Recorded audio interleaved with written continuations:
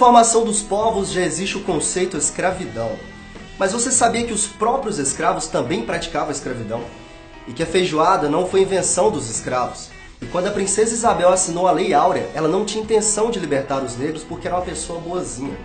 E o escravo mais famoso da história, o Zumbi dos Palmares, era na verdade um ditador cruel.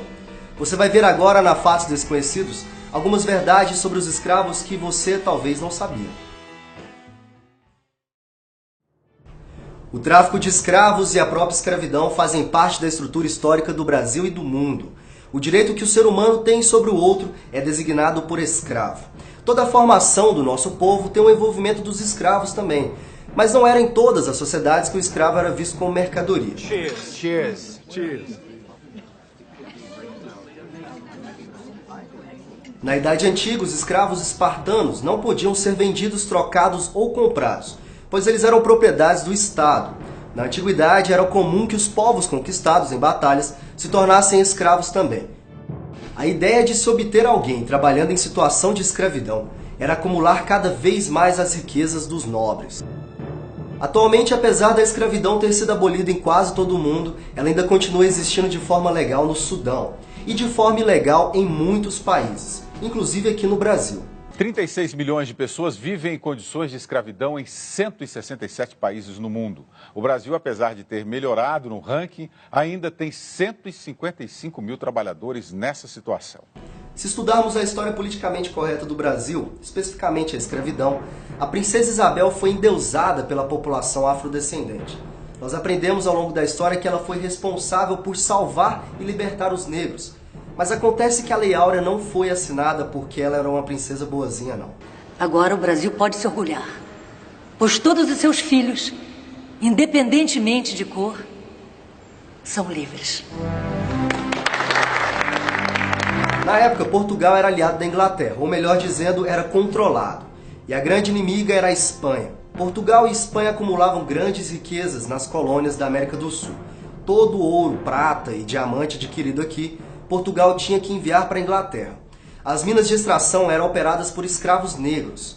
Foi quando a Inglaterra teve a brilhante ideia de libertar os escravos, para diminuir a fonte de renda dos espanhóis. Não vamos esquecer que o Brasil foi uma das últimas nações a abolir a escravidão. E diferente do que diz essas histórias oficiais, a nossa princesa Isabel não era tão boazinha assim como parece.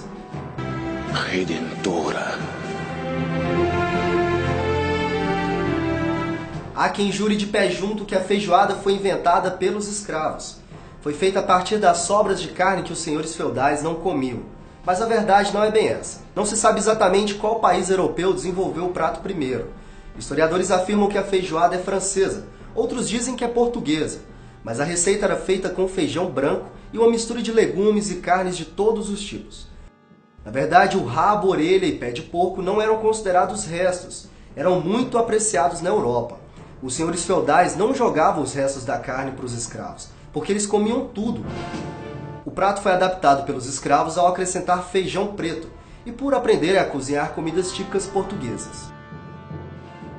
E você provavelmente já ouviu falar do famoso Quilombo dos Palmares, comandado pelo cultuado Zumbi dos Palmares. O líder escravo ficou conhecido por formar o maior e mais temido quilombo da história, reunindo negros escravos que procuravam pela paz e liberdade. Os quilombos eram aldeias formadas e agrupadas por negros que fugiram de seus senhores feudais. Alguns eram pacíficos e com o objetivo de formar um lugar tranquilo para os escravos fugitivos. Mas alguns tinham objetivos mais agressivos, saqueando e atacando os donos de terra. A verdade é que o Zumbi assumiu os Palmares depois de matar Ganga Zumba, o líder do quilombo, que, acredite se quiser, era tio dele.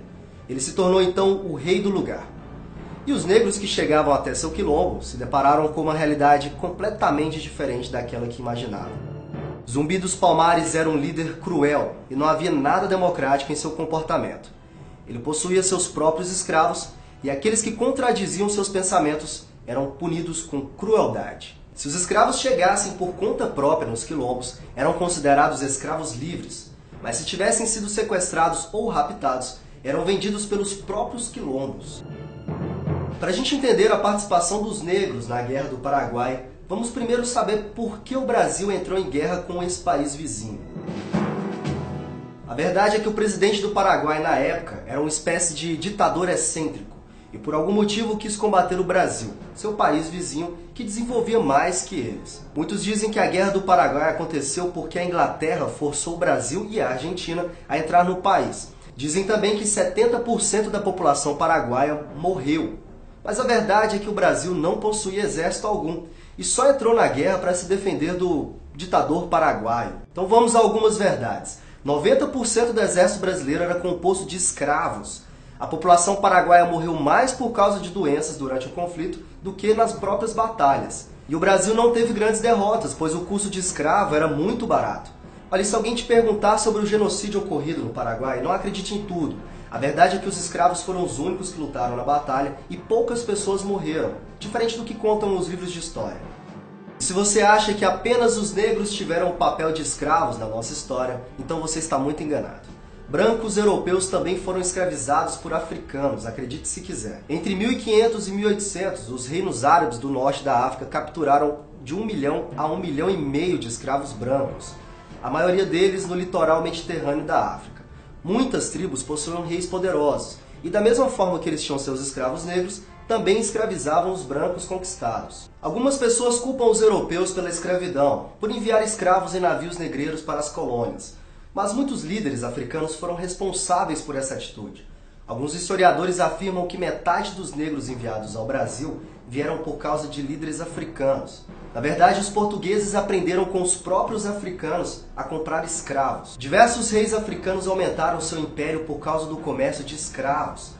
Trocar pessoas por armas era um negócio muito rentável para eles. Então não vamos esquecer que a escravidão é um verdadeiro crime contra a humanidade.